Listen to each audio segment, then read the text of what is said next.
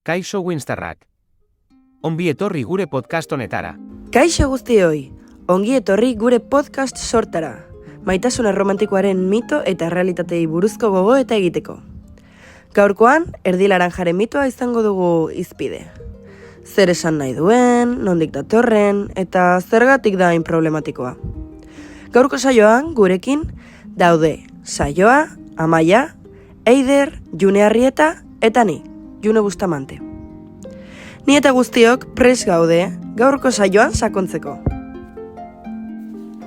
Maitasunari buruz hitz egiten dugunean, askotan entzun dugu hau. Denok dugu gure erdi laranja. Baina, zer esan nahi du horrek benetan?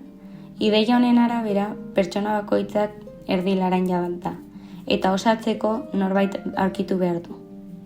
Hau oso romantikoa dirudi, baina egia zan ez da hain osasungarria. Mitoa Platonen banaketa lanean aurkitzen dugu. Bertan azaltzen da hasieran gizakiak esfera itxurako izaki perfektuak zirela, baina jainkoek erditik zatitu zituztela. Harrezkero, denok gure beste erdia aurkitu nahian omen gabiltza. Baina kontuz, ideia hau gaur egungo kulturan errotua da, batez ere filme romantikoetan, abestietan eta literaturan. Esaten digute benetako zoriontasuna bikotean aurkituko dugula, eta gabeziak beteko dizkigula. Eta hor dator arazoa. Beste baten beharrik gabe osatuta gaudela ulertu beharrian, mito honek beste pertsona baten beharra izan behar dugula pentsatzera bultzatzen gaitu. Baina, praktikan, zer ondorio ditu horrelako ideia batek gure harremanetan? Lehenik eta behin, menpekotasuna sustatzen du. Pentsa, norbaitek sinesten badu osatu behar duela, bikotekidearekiko menpeko bihurtzeko arriskua du. Eta horrek harreman toksikoak eragin ditzake. Bai, eta gainera, ideia honek esaten digu bakarrik egotea porrot bat dela. Badirudi, harreman batean ez bazaude, ez darela erabat zoriontsu izango. Horrek presioa sortzen du, eta jende askok harremanak mantentzen ditu gustora ez badago ere.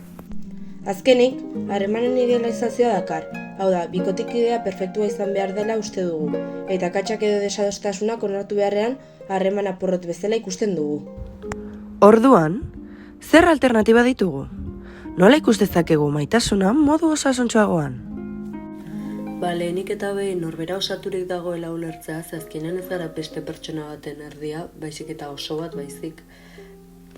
Azkenean beste norbaiten beharrik ez daukagu, eta harreman batean egote aukera bat da, eta ez derrigorrezko zerbait.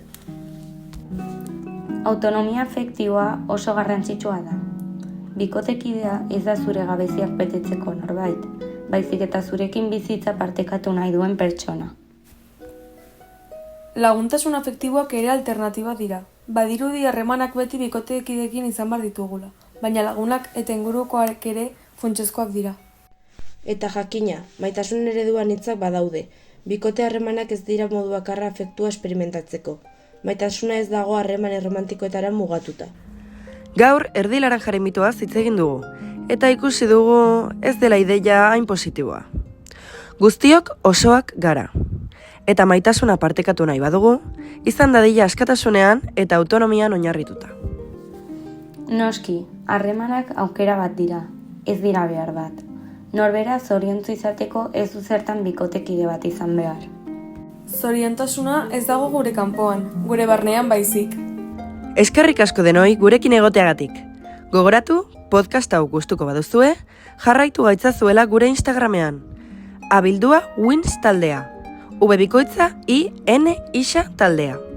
Eta hurrengo saioan ikusiko dugu elkar. Agur eta eskerrik asko entzuteagatik.